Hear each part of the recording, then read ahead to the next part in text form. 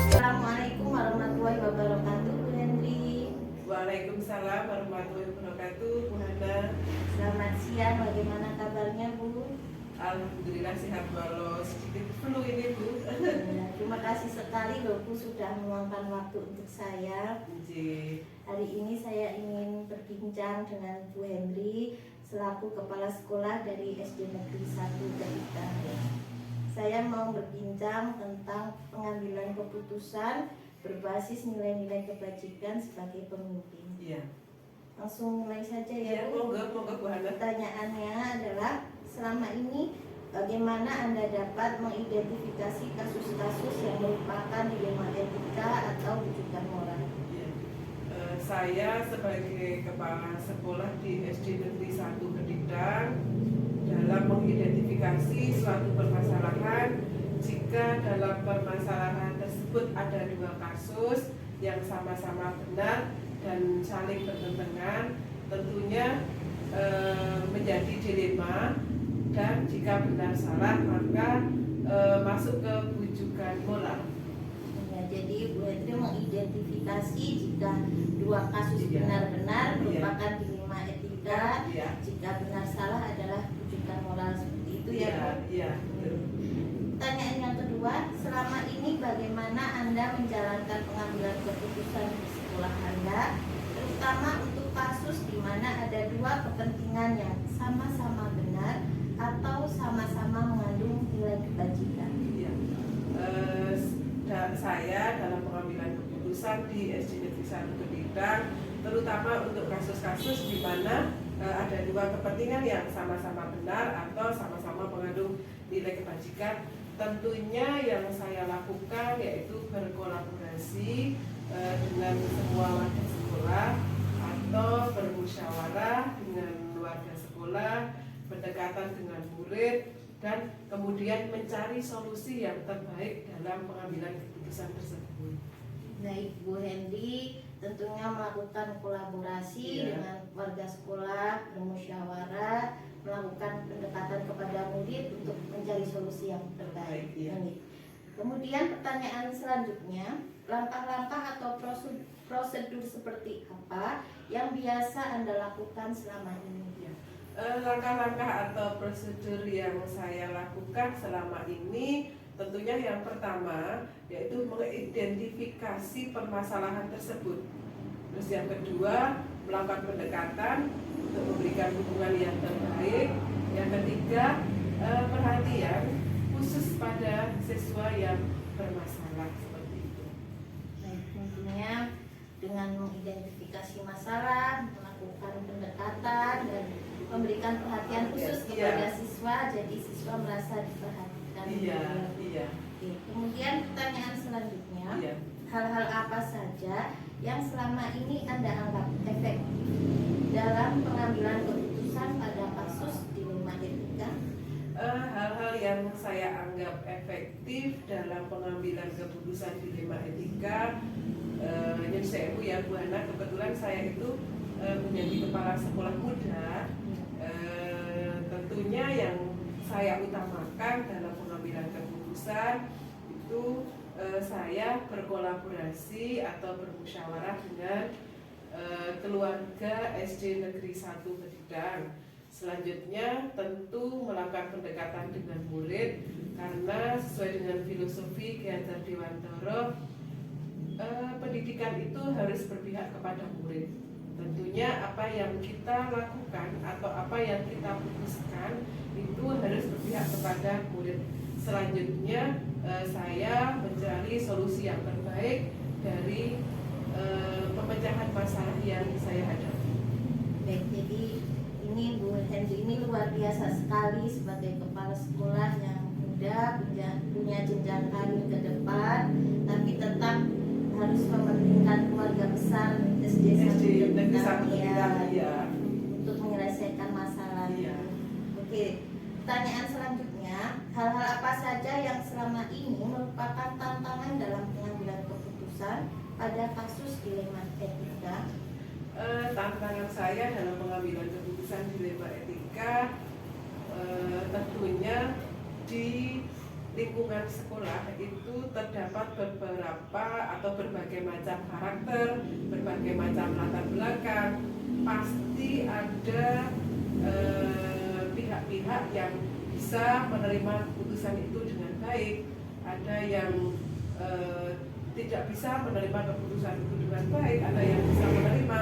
Nah, tentunya saya merefleksi diri agar keputusan yang saya ambil itu keputusan yang dapat bermanfaat untuk semua warga sekolah. Tidak memungkiri Bu Hana, mungkin di tempat manapun pasti ada yang pro kontra seperti itu, yaitu yang menjadi tantangan saya seperti itu. Ya, jadi wajar ya Bu bahwa setiap keputusan yang sudah diberikan kadang diterima, kadang tidak. Kita juga tidak bisa memuaskan segala pihak. Iya. Yang penting keputusan yang saya ambil itu keputusan yang berpihak kepada murid, dan keputusan yang mementingkan kepentingan bersama sesuai filosofi tadi. Iya. Oke Bu, pertanyaan selanjutnya, apakah Anda memiliki sebuah tata cara atau jadwal tertentu dalam sebuah penyelesaian kasus dilema etika? Apakah Anda langsung menyelesaikan di tempat atau memiliki sebuah jadwal untuk menyelesaikannya? Untuk atau prosedur seperti apa yang Anda jalankan? Ya, prosedur yang saya jalankan tidak ada jadwal tertentu, ya, tidak ada jadwal tertentu. Jadi saya setiap ada permasalahan, sebisa mungkin permasalahan tersebut harus bisa diatasi dengan cepat. Jadi tidak ada jadwalnya. Saya sebagai seorang pimpinan, ayo menggandeng semua warga sekolah. Jika ada suatu permasalahan, kita harus gerak cepat dalam mengatasi masalah agar kita bisa menemukan solusi-solusi yang terbaik. Ya Bu, karena di zaman sekarang ini memang kita segalanya harus cepat. Iya. Oke, selanjutnya Bu, adakah seseorang atau faktor-faktor apa yang selama ini mempermudah Anda dalam pengambilan keputusan kasus dilema etika? Ya. Seseorang atau faktor-faktor yang mempermudah saya dalam pengambilan keputusan dilema etika, tadi saya sudah matur bahwa saya itu kepala sekolah muda Bu. Nah, di SD Negeri 1 Bedidang itu ada yang senior. Tentunya yang pertama saya ajak berkolaborasi atau membantu saya itu guru senior. Terus yang kedua Bapak Ibu guru, karena kita tidak bisa berjalan sendiri tanpa ada kolaborasi dengan rekan-rekan yang ada di sekolahan. Terus yang ketiga, kita juga punya komite Bu. Ya, alhamdulillah komite di SD Negeri 1 Bedidang itu komite yang sangat luar biasa, mendukung semua kegiatan dan keputusan yang ada di SD Negeri 1 Bedidang. Yang penting kepentingan itu memihak kepada murid dan untuk kepentingan bersama. Selanjutnya ada parent class juga, ada parent class wakil dari masing-masing kelas 1 sampai dengan kelas 6. Dan kami juga berkolaborasi dengan pemerintah desa setempat seperti itu. Jadi banyak sekali pihak Iya, yang terlibat, ya, alhamdulillah, iya. menyelesaikan kasus, dan alhamdulillah mendukung semua. Iya. Dan saya juga tertarik ini tentang parent class itu seperti apa, Iya. ini hal yang baru buat saya. Iya. Oke, untuk pertanyaan terakhir ini Bu, dari semua hal yang telah disampaikan, pembelajaran apa yang dapat Anda petik dari pengalaman Anda mengambil keputusan dilema etika? Iya. Pembelajaran yang saya ambil dari pengambilan keputusan dilema etika, yang pertama dalam menghadapi suatu permasalahan yang tentunya yang pertama kita harus mengidentifikasi terlebih dahulu suatu masalah tersebut. Terus yang kedua, berkolaborasi. Yang ketiga, bermusyawarah dengan warga sekolah.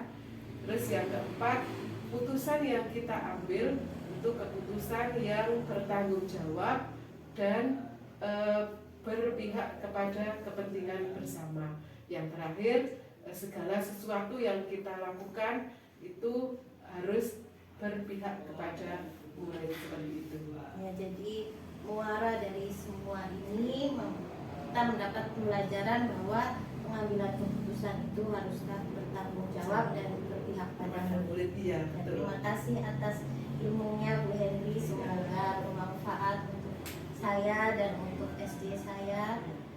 Terima kasih sekali, saya pamit dulu ya Bu. Assalamualaikum warahmatullahi wabarakatuh. Ya, terima kasih juga kepada Bu Hana. Ini wawancara yang luar biasa. Kita bisa berkolaborasi juga. Semoga Bu Hana juga menjalankan pendidikan guru penggerak dapat berjalan dengan lancar. Mohon maaf apabila saya memberikan jawaban kurang memuaskan dan tentunya banyak kesalahan ataupun kekurangan. Wassalamualaikum warahmatullahi wabarakatuh.